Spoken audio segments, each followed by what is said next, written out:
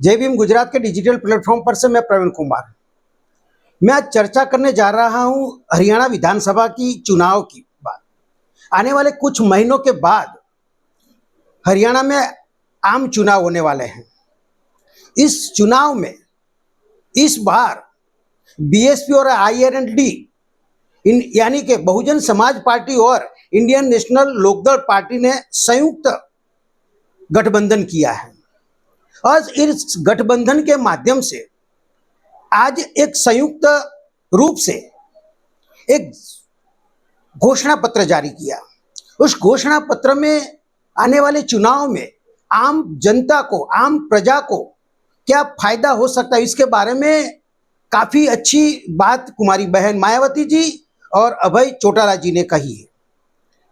सबसे अगर अच्छी बात कही जाए तो इसमें यह है कि जो पुरानी पेंशन योजना जो है वो 2005 के बाद भारत सरकार ने बंद कर दी थी। वो पुरानी पेंशन योजना फिर से अगर मान लो कि बीएसपी और आईएनएलडी सत्ता में आती है तो हरियाणा में फिर से पुरानी पेंशन लागू करेगी। ये सबसे बहुत महत्वपूर्ण निर्णय है क्योंकि पुरानी पेंशन जो है वो पूरा एक राज्य की बात नहीं है, हरियाणा तो है ही है, लेकिन और कई राज्यों में भी इसकी मांग ज्यादा उठ रही है।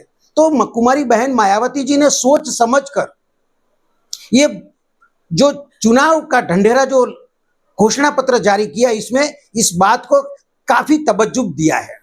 दूसरी बात कुमारी बहन मायावती जी ने और आईएलडी ने साथ में मिलकर अभय चौटाला ने कि जो बेरोजगार लोग हैं, जो युवा है जिसके पास आज रोजगारी नहीं है, तो अगर मान लो कि ये संयुक्त सरकार बनती है तो जिन विभागों में सरकारी पदों में कई सालों से सरकारी पद खाली है उस पदों पे नियुक्ति की जाएगी। यानी कि रोजगार की तक जो है हरियाणा के युवाओं को काफी आने वाले दिनों में बीएसपी और आईएलएनडी के माध्यम से लोगों को मिलेगी। तीसरा मुद्दा जो है घोषणा पत्र में वो है जो बेरोजगार युवाओं है जिसके पास आज रोजगारी नहीं है, इन लोगों को प्रति माह 21,000 रुपये का वेतन दिया जाएगा। इससे अलावा चौथा जो घोषणा पत्र है वो है वृद्ध लोग हैं, उन लोगों को 7,500 रुपया सरकार की ओर से दिया जाएगा। और एक और भी बात कही है जो महिलाओं के लिए है, जो आज मान लो कि जो गैस सिलेंडर है, जो एलपीजी है, उनका भाव करीबन 1100 रुपया है। और जो गरीब लोग हैं, जो मजदूर लोग हैं, वो लोग गैस सिलेंडर पर, एलपीजी पे वो जो काम नहीं कर सकती महिलाएं, और ज्यादातर महिलाएं इससे बहुत ज्यादा परेशान है। तो कुमारी बहन मायावती जी ने महिलाओं को भी ध्यान रखते हुए आईएनएलडी के साथ कि अगर महिलाओं को रसोई खर्च के लिए हर महीने 1100 रुपया दिया जाएगा। ये जो चुनावी घोषणा पत्र है वो प्रजा के हित में कुमारी बहन मायावती जी और अभय चौटाला जी ने जारी किया है। मैं आपसे ये बात कहना तो चाहता हूं कि दूसरी पार्टियां, जो राजनीतिक पार्टियां हैं, वो अपना खुद का घोषणा पत्र जारी करती हैं, लेकिन जो वादे करती हैं वो वादे चुनाव खत्म होने के बाद वो वादे पूरे नहीं होते और हमारे लोगों की मांगे जो है वो मांगे रह जाती है। लेकिन कुमारी बहन मायावती जी के बारे में कहा जाता है कि जब वो उत्तर प्रदेश की मुख्यमंत्री बनी तो जो वादे किए थे, जो उनके घोषणा पत्र जारी किया था, वो सारे के सारे बातें जो थी उनका इम्प्लीमेंट करवाया था। इसलिए लोगों को कुमारी बहन मायावती जी पर यकीन है और विश्वास भी है कि अगर बीएसपी की और आईएलएनडी की जो सरकार बनती है वो हरियाणा में आने वाले दिनों में, क्योंकि अभी करीबन नवंबर में तो चुनाव आयोग को चुनाव डिक्लेयर करने पड़ेंगे, तो 3-4 महीने के बाद हरियाणा में ये चुनाव विधानसभा के होने वाले हैं। विधानसभा की 90 सीटें हैं, तो कुमारी बहन मायावती जी 37 सीटों पे चुनाव लड़ रही हैं और 57 सीटों पर आईएलडी सीटें अभय चौटाला जी चुनाव लड़ेंगे, उनकी पार्टी। और अगर बहुमत मिलता है बीएसपी और आईएनएलडी को, तो पहले से ही कुमारी बहन मायावती जी और आकाश आनंद जी ने ये कहा है कि अभय चौटाला जी को मुख्यमंत्री बनाया जाएगा। इससे ये बात प्रजा में सबके सामने आई है कि कुमारी बहन मायावती जी जो है वो प्रजालक्षी काम करने के लिए हमेशा के लिए वो अग्रसर रहती हैं। जैसे वो संसद में हमारे लोगों को आवाज उठाती रही, कुमारी बहन मायावती जी ने संसद में हमारे समाज पर जो अत्याचार, जो जुल्म, जो शोषण, जो सामूहिक बलात्कार होते थे उसके खिलाफ वो बोली।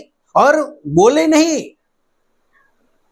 कुमारी बहन मायावती जी ने वहां से इस्तीफा दे दिया और वहां सौगंध लिया कि जब तक मैं हमारे समाज को न्याय नहीं दिलाऊंगी मैं दोबारा संसद में नहीं आऊंगी। और ये कुमारी बहन मायावती जी कर सकती है। तो कुमारी बहन मायावती जी के साथ हरियाणा में इस बार अभय चौटाला जी ने अपनी पार्टी से गठबंधन किया है और एक संयुक्त घोषणा पत्र में ये अपनी जो बात जो है वो मायावती जी ने और अभय चौटाला जी ने रखी है। मान लो कि अगर सरकार बनती है तो जो सरकारी पद, जो अलग अलग विभाग जो है गवर्नमेंट के, उस विभागों में कई सालों से नियुक्ति नहीं की गई है। तो इस बार अगर सरकार बनती है बीएसपी की तो इसमें रिजर्वेशन का भी ख्याल रखा जाएगा, यानी कि एससी, एसटी, ओबीसी को जो अपना हक है वो हक दिया जाएगा। आम लोगों का भी ख्याल रखा जाएगा, सबकी सुरक्षा की जाएगी। तब जो गरीब तबके वर्ग के जो लोग हैं उसकी भी सुरक्षा की जाएगी, महिलाओं की सुरक्षा की जाएगी, युवाओं की सुरक्षा की जाएगी। और साथ में हरियाणा को एक विकसित राज्य बनाने की नेम के साथ कुमारी बहन मायावती जी आगे बढ़ रही हैं। साथ में आकाश आनंद जी उनको साथ निभा रहे हैं। अभय चौटाला जी को भी विश्वास है कि इस बार बदलाव आएगा और बदलाव आने से हरियाणा में बीएसपी और आईएलडी की सरकार बनने की काफी उम्मीद लोग कर रहे हैं। तो साथियों, जय भीम गुजरात के डिजिटल प्लेटफॉर्म से हम कुमारी बहन मायावती जो कदम उठा रही हैं, जो प्रजालक्षी कदम है, जो प्रजा के हित में जो बात कर रही हैं, इससे तो ऐसा लग रहा है कि आने वाले दिनों में फिर से बीएसपी हमारे लोगों के बीच में एक नए रंग रूप के साथ, एक नए तेवर के साथ, एक नए जज्बात के साथ हमारे बीच आएगी। और जरूर से हरियाणा में हम आने वाले दिनों में ये नई सरकार जो बनेगी, हमारी उम्मीद है कि हम सरकार बनाएंगे, ऐसा यकीन हम करते हैं। तो मेरी बात ये आज के हरियाणा की विधानसभा के बारे में थी। आपने मेरी बात को अगर पसंद आई है तो हमको सब्सक्राइब करना, लाइक करना, ऐसे आशा और विश्वास करता है। जय भीम, नमो बुद्धाय।